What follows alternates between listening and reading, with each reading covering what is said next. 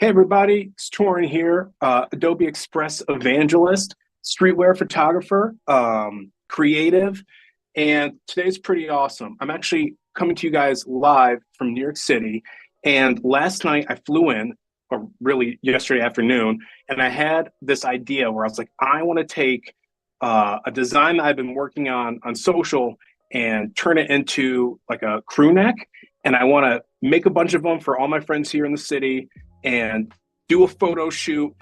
And I've got 4 hours to get these shirts made. So yesterday was a mad dash to take these shirts and take this design, turn them into crew necks, and find somebody who was available to do a photo shoot that we did like an hour ago. And today we're going to walk through editing those photos and what I look for in photography and just kind of where I'm at right now creatively, with the settings I use and how I edit and what I'm looking for and what sort of effect. But this is like been a super fun project where everything I've been doing has just been like an act of passion. And so like when I was designing this, like I was really tapping into my love of sneakers, which you can see, and also really honing into my love for like really early anime and just kind of making a mascot for my personal brand, Kesa, which I've never had before, not the brand, but like an actual mascot. And so I was like, okay, like what little sort of cartoonish figure can I bring to life? And so this design right here was a mixture of pretty much every technique that I know creatively when it comes to graphic design, where I was using Firefly to generate the explosion in the background. I was recoloring with Illustrator and building everything from the ground up. You can find more about that on my Instagram page. But oh, hey, Gary. Hi, Oliver. How's it going? Thank you so much for joining. Hopefully you guys walk away with at least something today, or at least if not with a new skill set, just a new outlook on creating. But yeah, we took this graphic and I got it silk screened, not DTG. Yeah, I did like a screen press on a shirt yesterday at like 8 o'clock at night. Got all the shirts made. I'm wearing one now. Hopefully you can see it. And so a friend of mine, Harvey Jackson, who's a high fashion photographer here in New York City, and a dear friend of mine, decided that he was going to join up with me this morning and do a photo shoot and model for me. And so we're going to go through in LightRoom some of those photos now. So these frames are hot off the press. And you might find that some of these are intentionally out of focus. For streetwear photography, especially here in the city, I think like when I first started doing photography, I really wanted to have like the highest image quality possible. And so like the lighting had to be perfect and there couldn't be any blurring effect that was like native to the actual frame itself. Like I wanted as much detail as I could have. And now I'm at this point recently, like in the last 2 weeks, where I'm playing around with having things being underexposed. So setting my my ISO really low and like kind of offsetting the metering to compensate for it, and then having my shutter speed really low, kind of dragging the shutter a little bit. So I was shooting today at 30 and 60 and really trying to show that there's like bringing motion to a still image. And so some of the things I'm looking for today are, am I capturing my friend Harvey here in a way that feels natural to him, but still getting some of that motion, which is, I think, inherent to the design itself, where you've got this explosion in the graphic. And I didn't want something that was just, super still and static and kind of lifeless. This is super cute. But yeah, we are right outside the Adobe offices, and we were just shooting in the street. And I will say one awesome thing about New York City is everybody just kind of gets that you're like out here trying to take photos. And so they like the younger they are, the more accommodating they are. Like anybody under 20 gets it, like, do it for the gram, and they'll just kind of like wait until you're done. But ironically, I was actually kind of hoping that people would walk past because I wanted that motion sort of intersecting with the subject here, Harvey, who looks great in this crew neck. And shout out to Wow Custom Tees for getting this order done in like an hour last night. I really love this actually. So again, some of the settings that I'm looking for, or some of the features in a frame that I'm looking for, is, does the subject seem natural?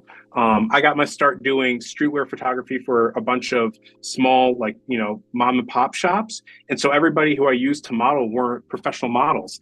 And so, the first like 20 minutes of the shoot, you'd see that they were so stiff And then eventually they kind of relaxed. It was always like the last 10 minutes of a shoot where I felt like they finally loosened up. And so you have all these frames that kind of feel wasted. My trick on certain cameras, you can turn off the shutter sound. So I do that, and then I just talk the whole time. And after about 5 minutes, like mid-conversation, I've like rattled off a ton of frames, and you get these reactions where he's waiting or listening to like what I'm saying, but he seems so relaxed. And this is the sort of thing that I'm looking for. And this is literally just the raw image. So the risk that you run when you've got a really low shutter speed is that if they're moving or still talking, you kind of get this blurring effect. So it's high risk, high reward. This frame is so lovely. He just seems very much like himself. I do have a few frames already picked out that I really, really love.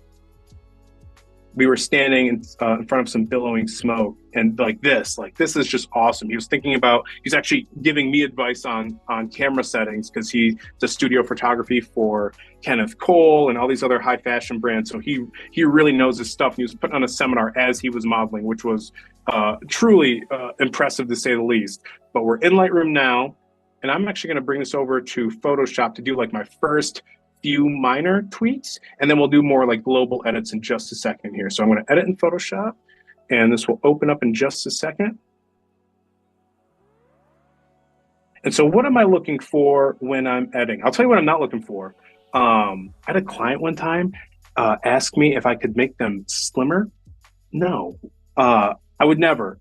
Stuff like that where I'm like altering your physicality, I just would never do that to somebody. So blemishes or things like that, I just kind of leave them there. The things that I am looking for is like, is a wrinkle distracting, or does something just like seem really out of place, or is there a logo that's kind of offsetting the balance to a photo? And this frame, I think, is actually devoid of just about all of that.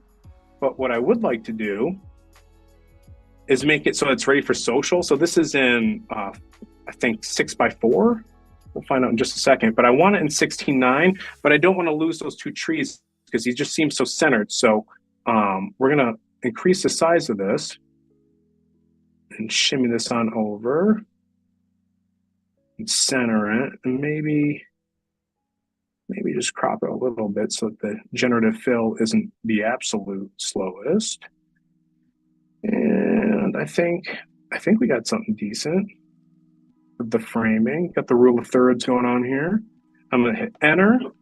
Again, I'm using generative expand to get this photo to the aspect ratio I want. And this is a feature that, as a lifestyle photographer and self-taught, there were so many times where I had a frame that looked beautiful, like when I was editing it on a widescreen, and then I would go to share on social, like the exact like inverse aspect ratio, and I just didn't have that same effect anymore. And it made me so sad. I absolutely hated that feeling. So we're gonna go with maybe one more. Actually, I'm feeling this. We'll do one more generation just to see what we get.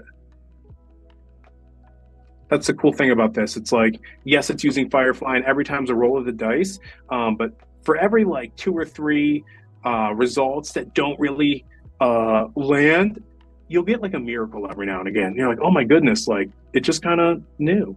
And hands are tricky for AI models, but I'm feeling this. Yeah, I like this a lot. And if I like the top and I don't like the bottom, guess what? We can recrop one more time. Or I'm just going to shimmy this up. We're going to clear the aspect ratio so we get this. Perfect. Yeah, I like that a lot. Okay, so now I've got this done. What am I doing next? I usually like to have the subject stand out a little bit more than the background. And one of the tricks that I use to do that is I will go over to the selection tool, and I will do cloud because I really want it to be detailed, and I'll do subject select. And once it selects the subject, I'm gonna give you guys a little bit of advice. If you're not paying attention, it can look like you've only selected just the subject. Actually, you know what we're gonna do? We're gonna deselect real quick. I forgot to do something super duper important. I'm gonna select both layers. group these bad boys, duplicate the group, hide the old one, merge the new one. And you might be asking, why, Toren? Why are you doing this? Why are you duplicating groups and merging them? The reason being, if I can find merge group, is because if I do the subject select, so if I go back to reselect, the subject select, if I have the first layer selected, it's not going to accommodate for what was generated by Firefly. And the only way to have it do both is if I merge the group. But again, we're in Photoshop, so we don't want to be completely destructive. That's why I'll group them and then duplicate the group. So if at some point I want to go back, I can do that. Easy peasy. Makes sense? Cool. So we're going to deselect. We're going to hide this original group, bring up the one that we just merged, and I'm going to, again, go to Cloud, select Subject. Yeah, and I always do a quick select and mask, just to make sure that what I want is selected. And one thing that I've noticed recently is that the default selection has got like a 0.1 pixel feathering to it. And so I tend to turn up the contrast a little, and then I tend to smooth it, and then I'll shift the edge just a little bit so it's like outside the means in case I want to do a generative expand later. I'll go okay. I will make a new layer and mask it. Why? Because this is how I save my selections. I know that you can go over to select and save selection, but when I come back to a document in 2 weeks, I will have forgotten that I made a selection and saved it. So if it's a layer with nothing in it, I'll go, oh, it's right there. So that's my little secret. And you're gonna find my layers are a complete mess. I'm very impressed by people who can just have like everything be so organized all the time. For me, it's just chaos. But yeah, now I've got Harvey selected, and I'm going to make a mask, and I'm going to do some curving. And really, what I look for, if you guys can see it, is like, okay, is this balanced? What can I do to just have things feel a little bit punchier? So sometimes you'll just see me pull. When I was teaching myself how to use Lightroom, I literally would just crank each dial all the way left or right and just see what it did, and then go, okay, like now what happens if I'm subtle with this? And like that's how I just learned like what each setting did. So if you're new to a setting, or if you kind of know your way around a setting, don't be shy, crank that bad boy. But I like right now that I kind of have these midtones just kind of pulling in a little bit deeper than everything else. It like there's a subtle difference to him. And the background for some reason just is naturally a little bit more desaturated. He's got this really pastel sort of like foresty green. I'm the worst with color names, so if I just butchered that, I apologize. Another thing I'll do is, again, I really want to bring or accentuate like the life of the graphic design itself. And so I'm going to do a quick selection of this graphic design. Quick. And then I might, yeah. So I'm going to go select and mask just to see, okay, this was sloppy. I'm going to hit the deselection tool. I'm going to make this really big. And then I'm going to make it really contrasty and a little bit smooth. And this way, oh, I've got caps lock on. I can just kind of massage it real quick. But again, the whole point of this isn't to be perfect. I'm kind of playing around with having things not be super crisp all the time. And what I'm going to do now is do another layer for hue and saturation. And what I'm looking for is not like master. I really want the blues and the reds to just kind of punch. We'll start with the reds because there's so much of it in that graphic design. I'm just going to crank up the saturation a little bit just so that we get a little bit more of it. But I also want to be mindful of like the hue, because the Air Jordan 1's got like a very specific Chicago red, and I don't want to deviate too far from it because there's so much going on and the graphics kind of far away. I don't want to lose the detail and all the noise that I've intentionally thrown at this. But yeah, this is doing all right. And then what I might do is I might dupe or add this mask to selection, make another layer, and we'll do levels because I want those whites to punch. Yeah, I'm a fan of this. And then lastly, I'm going to do like a global edit on curves. So one thing you can do, if I go over to my libraries, I have a little folder called Casa Photo Edits, and I've got some colors, like a little swatch, a little curves color set. Here's a cool trick. I want to add this layer. Yeah, convert real quick. How much time I got? Plenty of time. Oh, shoot. Where was I? We're going to add this right here. Hopefully you guys can see it. You've got like all these little paintings. These are colors I really like. It's not quite white. It's like an off-white. And then I'm going to do some curves. And if you have the little white box selected, not the right thing. You want to have this little graph selected. And I'm going to double tap the highlights and set it from not F, like the actual perfect white. I've got my own, which is F5, F5, F5. No, these are not the new defaults. And so now on this layer, if I start poking around, did save, hold on. You're gonna get like, we're gonna just, like I said before, we're just gonna flick around and see what does what when I select it. Yeah, and now all the white values aren't perfectly white. There's like a little bit of warmth to it, and it's really bringing out that green. So I'm just gonna save this as is. And so that's how I kind of like affect my curves in Photoshop. That's my little trick. And then I might go back to that just one little layer with levels. I might just have to readjust. I don't want them to peak, but I want them to be noticed. Okay, that seems natural. Perfect. All right, so we've got this, good to go. If you note, it's a temporary file. So all these layers and adjustments will go away as soon as I exit it. So what I want to do is I want to save a copy of this, but for the sake of time, we're just going to save. Cool. And we're going to close out, and it should update in Lightroom. Hi, Barbara. How are you? Robert, Clever, Devlin.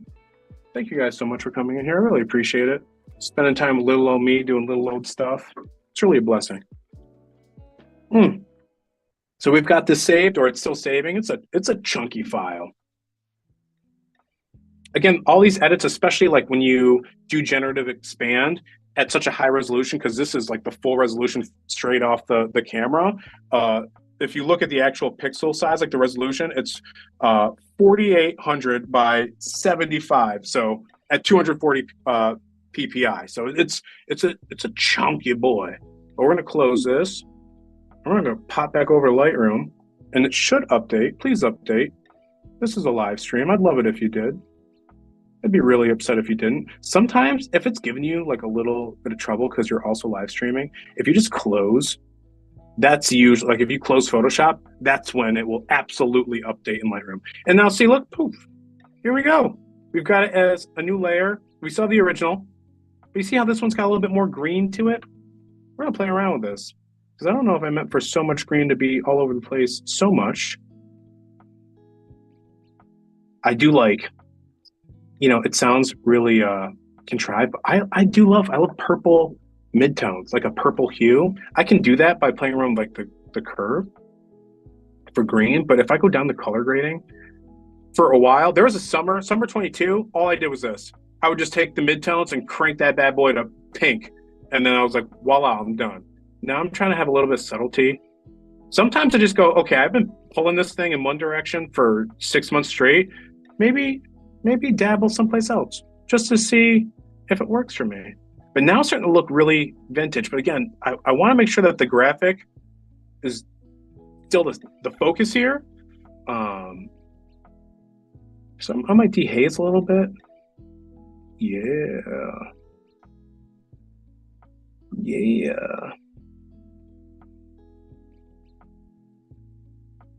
Yeah, look at us go. And then of course, because it's, you know, it's just the trend, you have to have a little bit of green. I'm still not in love with how green this is. Let me go back a little bit. Maybe choose a different color than blue for your midtones. Yeah, you know what we might do? I like the way Harvey looks. I don't want the background. Oh, maybe don't crank blending all the way up. How about that, Toren? And we can also make a mask. The masking tool and Lightroom is so awesome now. Like you used to just have the brush, which was great, but now not only does it do people, you can select different parts of the person. So like if you're like, okay, like I just want the whites to be whiter, but not literally like all over their entire spirit soul. You can like just select certain parts. But even if you couldn't do that, I would still be fine. Um, because you weren't always able to do like point curves with the layer mask. Um, Look at that. So distinguished. I don't want him to be desaturated though and look like a sad a sad person. I want to have some jubilation to that green, but also because I plan on having this product available, I don't want the green to be too far from the actual product color. Because how many times have you like seen something online like, oh, that's the purple I need, and then when it gets delivered, you're like, oh, it's yellow.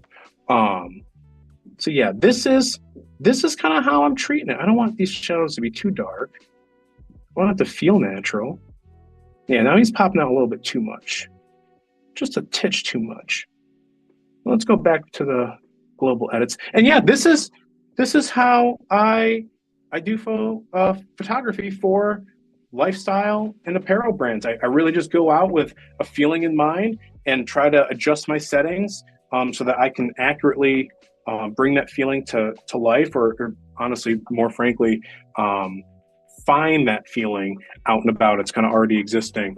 And so like if I'm walking around like with Harvey, like there are so many times where he would just turn one way and I go, Harvey, that's what I need. Like just do it naturally. So my advice to everybody, no matter what your skill level is to listen to the things that speak to you and try to have a dialogue. So I really appreciate everybody who hopped on today and watched me cook for a little bit. This has been a really awesome 24 hours. I literally had the idea on the plane that I wanted to make the graphic tee, and now look at us. We're editing live from the offices in Adobe. Life couldn't be better. See you guys next time.